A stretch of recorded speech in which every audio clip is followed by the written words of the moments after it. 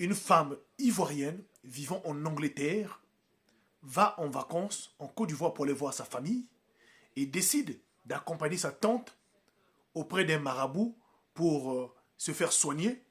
Mais cette dernière vole son étoile et elle devient folle en Côte d'Ivoire, histoire mystique. Écoutez cette histoire s'il vous plaît. Tantôt, il faut faire attention. Ne nous laissons pas tromper, s'il vous plaît. Car nous sommes dans un monde là où il y a plusieurs mondes.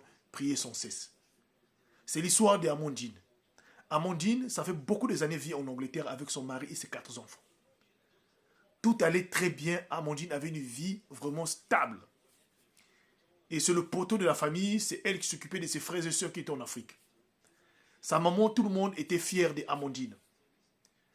Jusqu'à ce qu'en 2013, Amandine décide donc d'aller en Côte d'Ivoire pour aller passer des vacances. Mais avant que cette dernière même puisse partir en Côte d'Ivoire, elle était en contact de temps en temps, non seulement avec sa famille, mais aussi avec sa tante qui vit au village.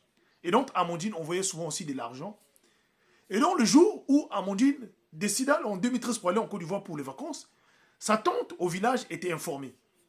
Et sa tante avait dit même à Amandine qu'elle venait en ville pendant la même période là aussi pour se soigner en ville là-bas car elle avait des problèmes de pieds. Et Amandine l'avait encouragée. Et donc, Amandine savait qu'en allant en Côte d'Ivoire à Abidjan, elle devait croiser sa tante là et toute la famille.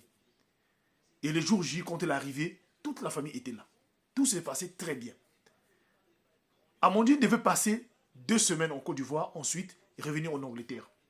La première semaine s'est bien passée, jusqu'à ce que, en rentrant dans la deuxième semaine, sa tante, qui vivait du village, qui était venue en ville uniquement pour cette période, pour se faire soigner, qui va, en tout cas, solliciter l'aide d'Amandine, de l'accompagner auprès des marabouts. Comme Amandine était véhiculée, de l'accompagner auprès des marabouts pour se faire soigner.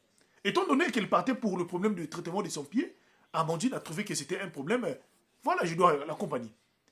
Cette dernière a accompagné sa tante là qui est revenue du village. Arrivée auprès du marabout, les gars sont rentrés, les gars ont fait ce qu'il fallait faire. Sauf que, quand ils ont fini, après pratiquement 30 à 1 heure du temps, après avoir fini avec le marabout, elles sont rentrées à la maison. Alors, le lendemain matin, voilà, toute la famille était surprise de voir Amandine, le matin, en train de se réveiller, en train de crier et d'enlever les habits. La famille était surprise. Amandine, sans problème, sans cause, le matin, commence à enlever les habits, déchirer les habits, crier. Dans la cour familiale. Sa mère, son père, tout le monde était là. Mais qu'est-ce qui ne va pas? Alors ils se sont battus là, ils ont pu tenir vraiment Amandine.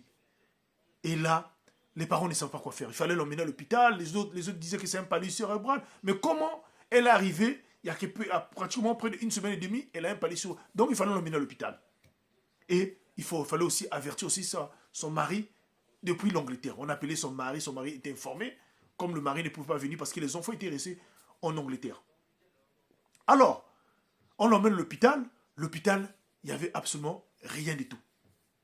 Pendant cette période-là, sa tante qui est en ville là aussi, puisque ses jours étaient pratiquement à la fin, sa tante, au lieu de rester en ville, décide donc de rentrer au village. Au moment qu'Amandine était dans cette condition-là. Alors, la maman d'Amandine décida donc de ne pas croiser les bras. Mais sauf que pendant ce moment de folie d'Amandine, elle confessait juste un seul prénom, c'était le prénom de sa tante, qu'elle appelait à chaque fois. Mais jusque-là, aucune personne ne savait ce qui s'est passé. C'est quand le parent d'Amandine décide donc d'emmener Amandine à Koroko pour le traitement spirituel là-bas. Toute la famille décide d'emmener là-bas parce qu'ils avaient eu une personne qui devait les aider spirituellement. En arrivant sur place, c'est un féticheur qui va les recevoir là-bas pour les suivre, la team HPH. Le monsieur, quand il va voir Amandine, le monsieur va dire directement sans rien faire, dire à la famille que celle qui est à l'origine de ça, elle vient, ça fait pratiquement 1 jour, elle est arrivée dans son village. Est-ce que vous avez une personne dans votre famille qui s'appelle un tel? La maman d'Amandine qui dit, mais c'est ma sœur. Et oui, c'est votre sœur qui est à l'origine de ça. Votre sœur l'a demandé de l'accompagner auprès d'un marabout pour se faire soigner. Vrai ou faux? Oh oui. dit, c'est elle. Quand elles sont arrivées là-bas, elle a volé son étoile et a décidé de gaspiller sa vie. Donc, il faut que votre sœur vienne en ville. Sinon, vraiment, il n'y a pas d'autre solution. Voilà, les parents d'Amondi disent, mais il n'y a pas une autre solution parce qu'il est allé au village, il n'y a pas une autre solution. Le marabout dit, la solution, s'il ne vient pas en ville, la solution, c'est d'envoyer un truc là-bas pour que votre sœur meure ou elle vienne en ville. Alors, voilà comment la maman d'Amondi décide d'appeler sa sœur, de venir en ville, car eux, ils sont informés. La sœur la refuse catégoriquement de venir en ville. Alors, les parents d'Amandine donnent un accord auprès de ce fameux futur-là de faire son travail. Sauf que, une semaine plus tard, les parents qui étaient en ville ont appris que la tante au village est décédée au champ. Elle avait fait une crise cardiaque au champ. Le même jour même, Amandine a récupéré ses bons sens.